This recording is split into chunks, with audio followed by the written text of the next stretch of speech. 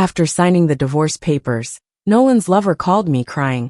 "I'm begging you, can you come to the hospital to see him? The doctors say if he doesn't have surgery, his life could be at risk." I scoffed. "Oh really? Let him die then." Turns out, Nolan was rushing to share his divorce joy with his lover when he crashed into a big truck and lost his memory. His memories stopped 10 years back when he still loved me the most. He forgot how we tortured and hurt each other, how he divorced me at all costs just to give his lover a title. Now he's telling his lover to get lost, saying all he wants is Sunny. Sunny is me, but we're divorced. I don't love him anymore. When Molly called, I was sunbathing on the beach. She immediately burst into tears, almost begging, "Sunny, can you come to the hospital? The doctor said if Nolan doesn't have surgery soon, he could die. But he insists on waiting for you. He said if he can't see you, he'd rather die." I scoffed, feeling like it was a huge joke, lazily replying, "Oh really? Tell him he can go die." I hung up. She kept calling, so I blocked her. Nolan's assistant Ken quickly filled me in through texts. Apparently, after signing the divorce papers, Nolan was rushing to share his joy with his lover Molly when he crashed into a truck. He was badly injured, broke several ribs and probably a leg. All that could heal with time, but the worst was the brain injury. He had internal bleeding, compressing nerves, erasing almost 10 years of memories. So now his mind is set 10 years back at 18, when he only had eyes for me. But now he's 28. He doesn't love me anymore, and we're already divorced. I really don't want to have anything to do with him, be it life or death. There's no need to inform me. Then I got a bunch of texts from Nolan himself. He sounded super excited. "Honey, did we get married later? I finally married you, haha. Why would I divorce you? No way, that's impossible." They showed me the divorce papers and said I asked for them personally. Please, that must be another personality or a ghost, but definitely not me. I love you so much. How could I marry you and then not want you? And Molly, who is she? Oh my God, she's ugly. Why would I like someone like that? Honey, come back. If you don't, I won't have the surgery. Without you, life has no meaning. Nolan hasn't called me honey in years. He's forgotten that honey hasn't been me for a long time. He's also forgotten that he doesn't use that tone with me anymore. There's an unbridgeable gap between us. It can't be solved with sweet talk or begging. I put down my phone and pulled my hat over my face, feeling frustrated. In my mind, 18-year-old Nolan and 28-year-old Nolan blurred together, mixing moments of love and indifference into an absurd dream. The night of the college entrance exam, 18-year-old Nolan stood in the rain all night outside my house. He got sick the next day but was still ecstatic like a kid. "Sonny, you said you didn't want to mess up your studies, but now the exams are over. Can you give me a chance? If you can't, I'll keep waiting until you agree." But 10 years later, 28-year-old Nolan abandoned me, barely 2 months pregnant, in the rain to celebrate Molly's birthday. When I lost the baby, he said, "We're divorcing anyway. Without a child, it's better for you." I went to the hospital for surgery alone. I needed a family member to sign due to excessive bleeding, but he was nowhere to be found. Eventually, Molly answered the phone saying, "Nolan is taking a shower. He's exhausted and won't have time for you later." Thinking about this, I painfully closed my eyes. The 18-year-old truly loved me, but the 28-year-old certainly didn't. I can't forgive, nor will I. Suddenly, Nolan called. I took a deep breath and answered. "Hello. Honey, is that you? I'm sorry. They told me everything that happened these years, and I hate myself. How is this possible? How could I do this to you? They said we started a business together, and I agreed to give you half in the divorce. I'm changing that now. I'm giving it all to you. I want nothing. Just promise to come see me, okay? And also, I guess I'm rich. I want to give you all I have."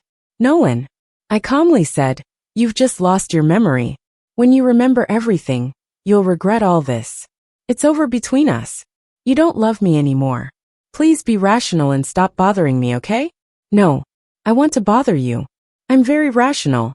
Loving you is not something I can stop. If you don't come, I won't get treated. Then don't. Just die." After hanging up, I switched my phone to airplane mode. Suddenly, clouds floated into the bright blue sky, and the wind picked up. It looked like rain was coming. I slowly walked back to the hotel, my skirt and hair whipped around by the wind, making me feel uneasy. I admit, I do miss the 18-year-old Nolan, the one who only had eyes for me and would fight the world to be with me. But what does missing him matter? That version is long gone. Memory loss is temporary. When he remembers, all that's left will be a mess, and there's no point in us going back. I started dating Nolan after we finished our college entrance exams. From school to the aisle, we dated for 7 years and were married for 3. We were the couple many were envious of. People used to say, if you ever stopped believing in love, just look at us and you'd regain hope. But in the end, we let them down. We got divorced. The reason? Infidelity. Honestly, I had known for a while. Nolan was seeing his secretary. At first, I didn't confront him because I felt lost, and later, I just felt powerless. I knew there was nothing I could do to change the fact that he had fallen out of love with me. Since that was the case, it made more sense to keep control of the assets. With that in mind, I stopped worrying about love or the lack of it. Instead, I started going to the company often, building strong relationships with big clients and suppliers. At the same time, I searched for new suppliers and worked with them to develop new products. My goal was to innovate and boost our market competitiveness. Nolan didn't understand why I was suddenly working so hard. It wasn't until I filed for divorce that I demanded 50% of the shares, plus the house, car, and all existing savings. He didn't agree, but it wasn't up to him anymore. By then, Molly was pregnant, and he was backed into a corner. If he wanted to give her a title and keep his reputation, he had to agree to my terms. Eventually, he signed the divorce papers through gritted teeth. I can still remember the look he gave me. It was full of disgust, shock, disbelief, even hatred. He said, I can't believe the person who calculated against me the most was the one sleeping next to me. I got played, Sonny. I really misjudged you. I didn't know you were so ruthless. I didn't bother arguing with him. I had successfully discarded a rotten man and claimed the assets that should have been mine. I was satisfied. I'm a businesswoman. I care about results. If the result is satisfying, I'm all good. Everything else doesn't matter. As for Nolan's talk of giving me all his shares and money, that was something an 18-year-old might say, because back then, he truly loved me. But at 28, he couldn't say that, let alone do it. At this age, he's shrewd and selfish. He calculates every penny. He doesn't let go of what's his. And he'll do whatever it takes to get what's not. Between us, there is no love left, only a battle for interests. But I have my limits. I wouldn't take advantage of someone in need. His memory loss was only temporary, and I never planned on exploiting it. He suggested revising the divorce agreement, but I didn't take it seriously. After returning to the hotel, I took a nap. When I woke up, it was already evening. As soon as I turned my phone on, I got a message from Nolan's mom. She said, "Are you satisfied now? My son attempted suicide. He's in the hospital, and we don't know if he'll make it. I never thought you could be this heartless.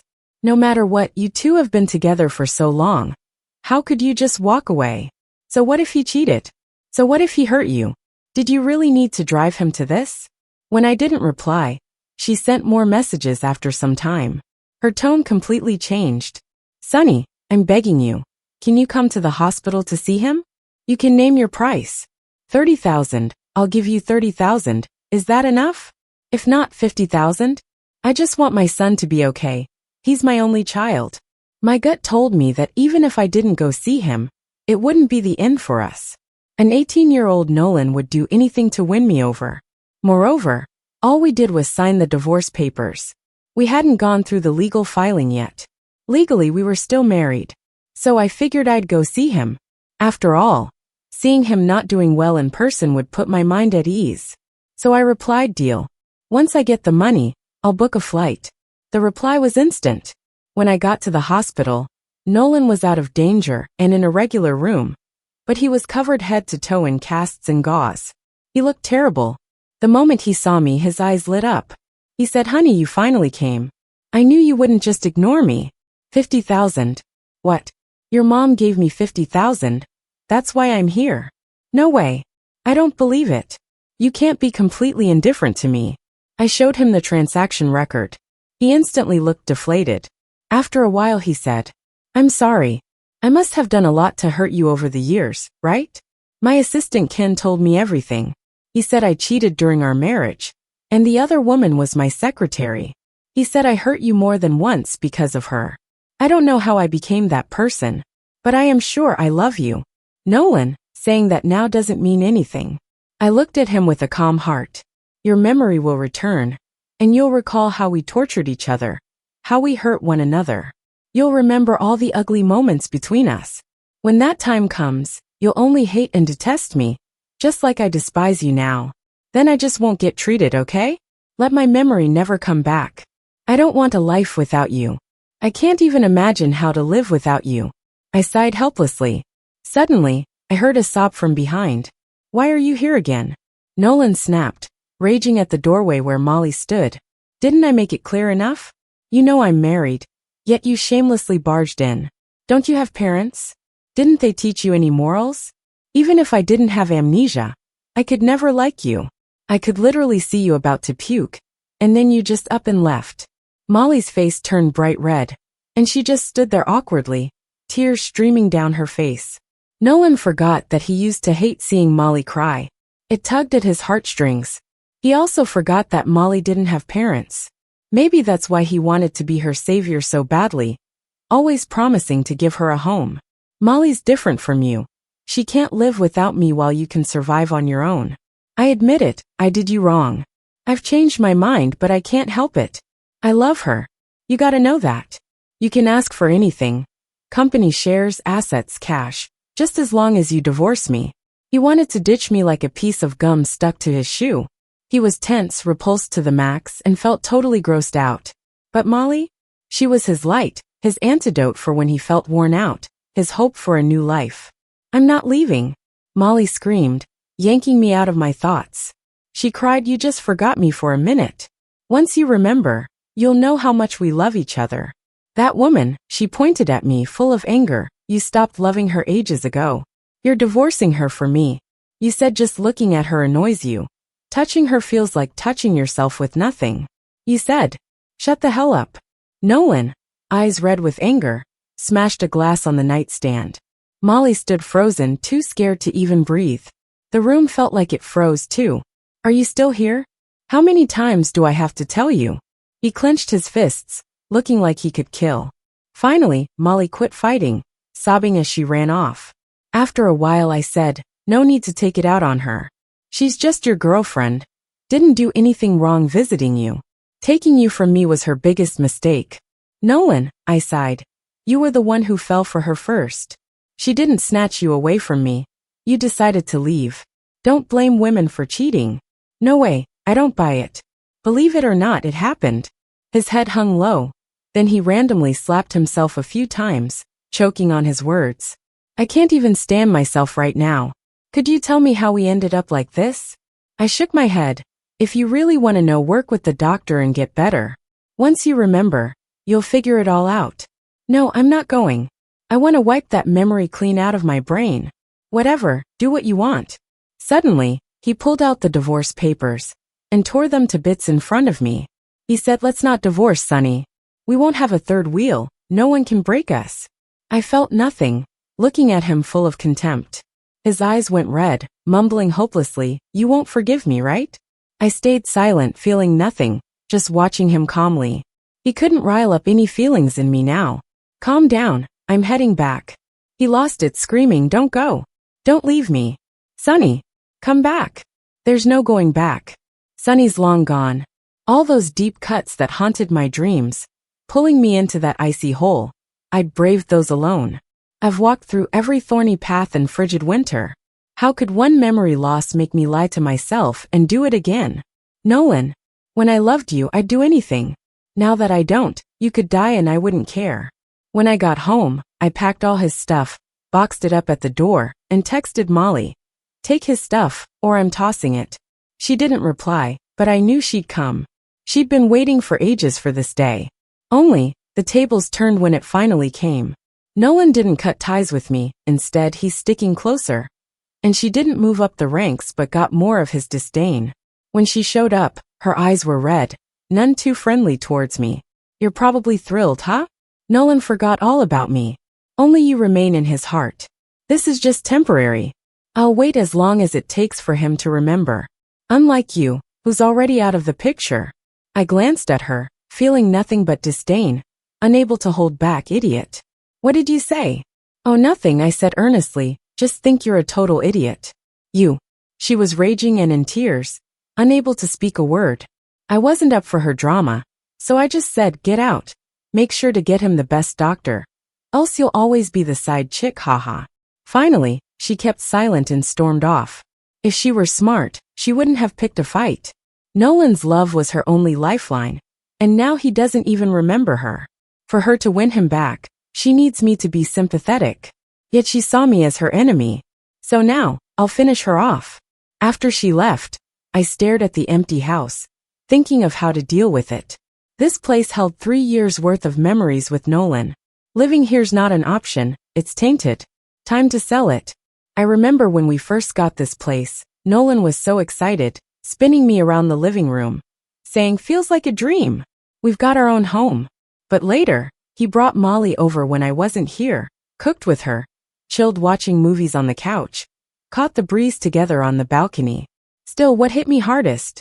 Finding used items in the trash can in the master bathroom. Yeah, Molly had her reasons to throw some shade my way, because she thought she was the winner. She was convinced that there was nothing left between Nolan and me, and that her coming into the picture saved him. She'd strut around in front of me, acting like me not getting a divorce was just me humiliating myself.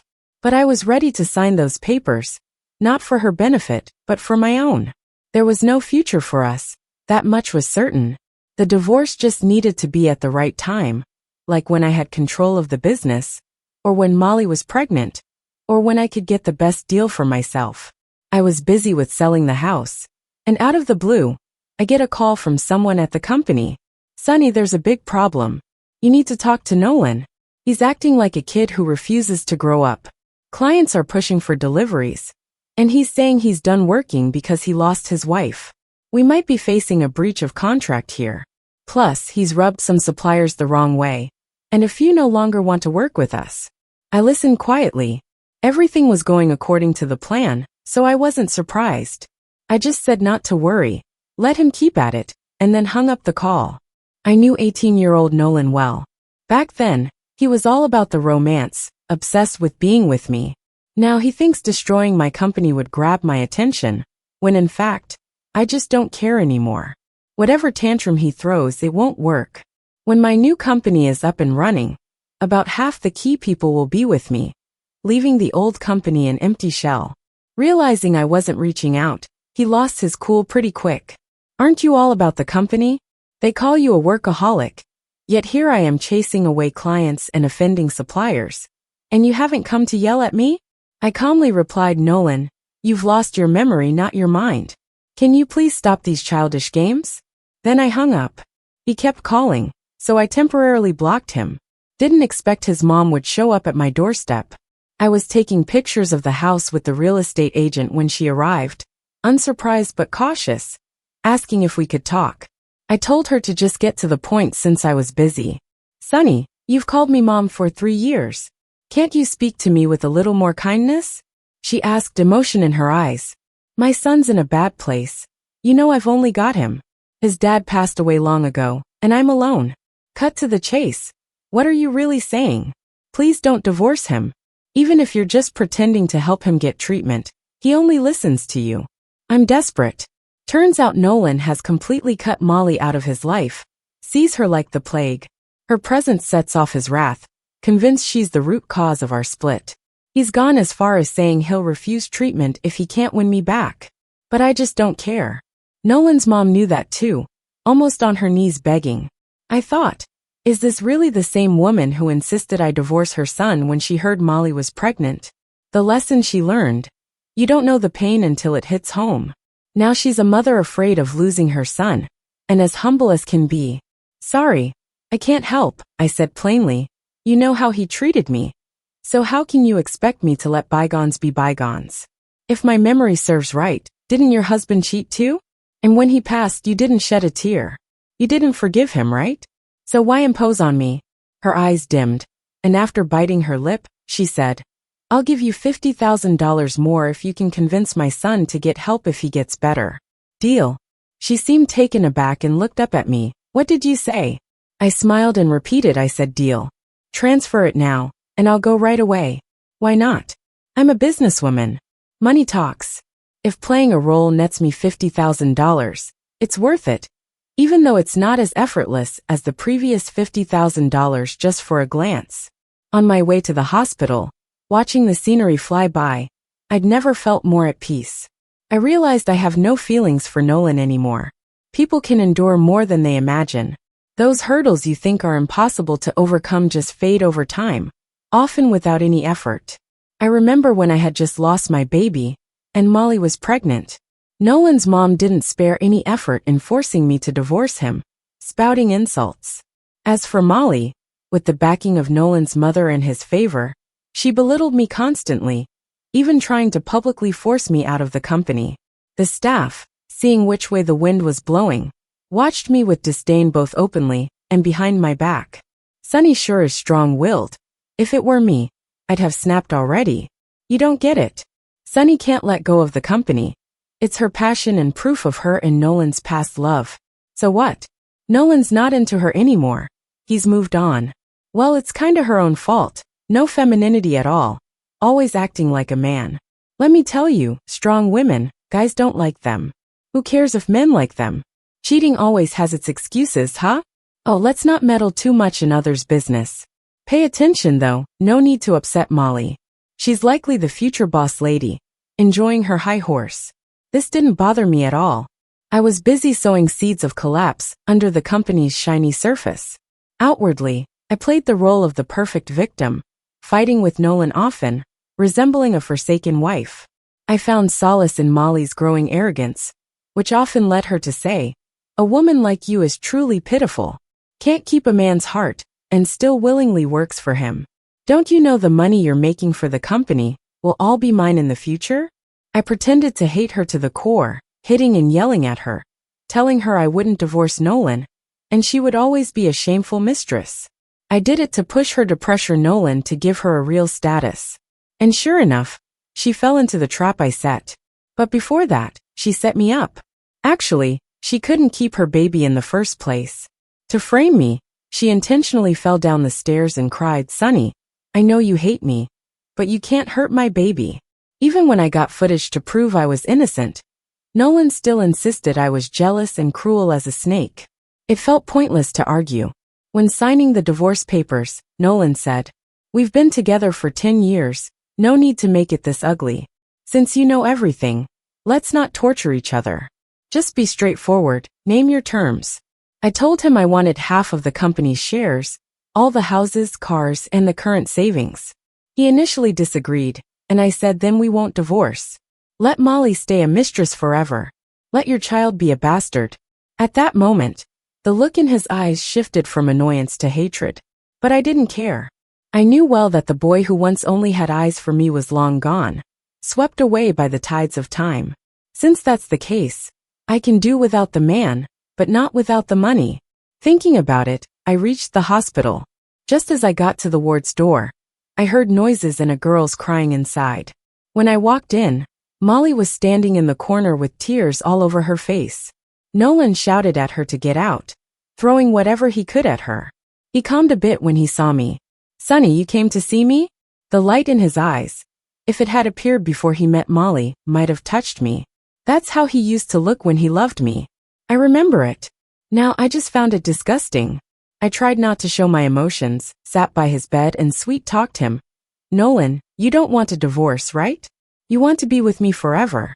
I'm here today to tell you I agreed. But I have one condition. You must recover from your injuries." "Really?" He held my hand eagerly. "But how can I trust you're serious?" "Silly. We've only signed the divorce agreement. We haven't officially divorced yet. Legally, I'm still your wife. If you don't want a divorce, I can't leave even if I wanted to."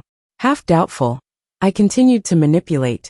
10 years, we've been together for 10 years. It's a long time. How could I lose all feelings for just a minor distraction from you? All I've ever wanted was for you to come back to me. Since you're sure you don't love Molly, you love me, then there's nothing standing in our way. He finally seemed hopeful, nodding at me with tears glistening in his eyes. Before he was taken into surgery, he kept repeating, "When I get out, I want to see you first." I smiled at him, sure, don't worry. But I knew if the surgery was successful, the last person he'd want to see would be me. After he went in, Molly approached me angrily. "You've done your part, why not leave? Really think about getting back together with him? Don't fool yourself. Once he regains his memory, he'll know it's me, not you, he loves." This time I said nothing. I knew Nolan's mom would speak up for me. Sure enough, she rushed over and dragged on Molly. "Shut up. Who says the surgery will definitely be successful? What if he doesn't regain his memory and keeps asking for Sonny? You're just a mistress, know your place. If it weren't for you, his condition wouldn't have worsened. His emotions get out of control seeing you. You don't realize?" Molly was red with anger but couldn't argue. Because what Nolan's mom said was true. The 18-year-old Nolan, with a straight moral compass, was loyal to me. And Molly being the mistress was a shameful reminder to him. It's normal for him to lash out at her. The waiting was tedious. Meanwhile, I got a message from the real estate agent saying several people had come to see the house. If nothing goes wrong, it would sell soon. Great. Dealing with things related to Nolan always made me feel better. The light of the operating room went out. Nolan was wheeled out. The surgery went well. We removed the blood clot in his brain. If all goes as expected, his memory should return soon. Nolan's mom was overjoyed, thanking the doctor, while Molly cried tears of joy, crouched on the ground. I rather inappropriately mentioned, "Well, I guess my work here is done. I'll head out." No one responded, no one stopped me. I was just a hired help after all. Fine, whatever. Afterward, I met with a couple planning to get married. The woman, probably in her early 20s, repeatedly said, "I love this big balcony, and the floor-to-ceiling windows are so tastefully done. Standing here, you can overlook the whole city's scenery. But I don't want to view it alone. I want to see it with someone I love." With that, she ran over, hooked her arm around the guy's, and looked up at him with a smile. He pinched her nose and looked dotingly at her. I suddenly felt something, managed a difficult smile. That scene felt so familiar. Back then, I was the same with Nolan. I'd cling to his neck and say, "I wish when I'm standing here alone enjoying the view, you'd surprise me from behind, hug me, put your head on my shoulder, and ask what I'm thinking about. Let's have no secrets, no grudges overnight, and don't lie under the guise of looking out for each other. If one day you fall out of love, just say it, don't betray. I can handle you not loving me, but not betrayal." At the time, Nolan promised solemnly, "Don't worry. If either of us changes, it'll definitely not be me. Ever since I first laid eyes on you at 18, my biggest dream was to marry you." I laughed as I buried myself in his arms. In my mind, I saw every happy day we'd have after getting married. But that happiness didn't last long. He soon got bored.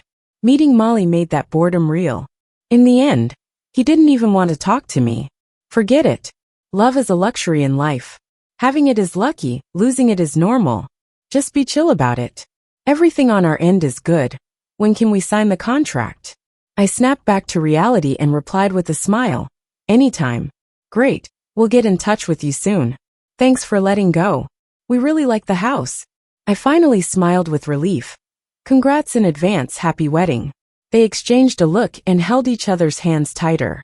Nolan woke up a week later. I didn't expect him to come looking for me after getting his memory back, especially in a wheelchair.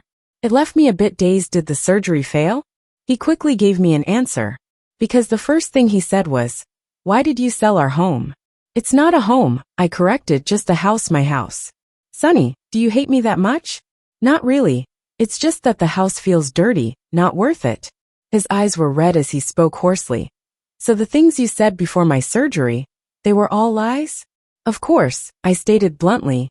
"Your mom gave me 50 grand to persuade you to get treated well. I took the money, so I had to do the job." "You tricked me." "Yeah, I did." His fists clenched like he wanted to embed his nails in his skin. This was the first time I ever saw this side of Nolan. Ashamed, helpless, hopeless, regretful, yet without any options. Honestly, I was a bit confused. Where did all these mixed emotions come from? Wasn't divorce what he always wanted? With it, he could be with Molly openly, free from the torment we both went through. Isn't that good? I regret it, he said, choking up. His Adam's apple moved like he made a hard decision. When I woke up, all I could think about were the moments with you over the years. Sonny, I realized that the person I love has always been you. Molly and I was just a whim. You were the dream of my youth, how could I? Enough, stop. I waved my hand to cut him off. Now hearing this from you just feels gross. I don't care who you love. All I know is, you're someone I've wanted to get rid of my entire life. Not hating you is already my greatest tolerance. If you keep clinging, I'll despise you, and I'll be ashamed I ever loved you. He wanted to say more when I cut him off. Whenever you have time, let's get the divorce paperwork done. All right, but I need to change the divorce terms. Is he backing out now? Re-splitting assets? My heart tightened, but he surprised me by saying, I'll give you all my shares in the company as compensation. I'm leaving everything behind. I nodded. That's fine. It's what you should do. After finalizing the divorce, Nolan never reached out to me again, but I heard Molly had a huge fight with him, threatening to make me pay. Nolan, for the first time, raised a hand against a woman, and he warned her, touch Sonny, and it's over for us. They broke up in the end. Molly clung desperately, demanding he take responsibility for her. He left for Africa alone just to ditch her. And me, I didn't have time to follow their drama, as I was busy rebuilding and making our company thrive. Plus, clearing out those who sided with Molly. This company was founded by Nolan and me, and I knew it better than he did products, clients, suppliers, channels. Since he willingly relinquished his shares and changed the legal person, there was no need to file bankruptcy and start fresh. There's emotion invested over the years. People you can let go, but a money-making company? You keep it. After all, money is more important than people. And much more loyal. Later on, I heard Molly's affair exposed online. Her reputation's ruined. No company would take her, and she ended up going home, marrying someone randomly. That someone had violent tendencies. Her days were predictable. And at an alumni reunion, it came up Nolan encountered riots in an African tribe, and he hasn't returned. Some say he settled there and won't be back. Others say he can't. Maybe he's gone for good. When people asked about him, all I could say was, no clue, we haven't talked since the divorce, I'm hearing from you guys. These classmates saw us fall in love and envied our marriage, but now, just sighs and reflections remain. Same here. Walking around the high school campus, memories rush over me like waves, but all I think of is that line. If life were only as it first was, why mourn the autumn wind and painted fan? Casually changing old hearts, yet they easily change company for a reason. Nolan, I don't regret our past love. It just stings to remember. So from now on, I won't anymore. Goodbye. The end.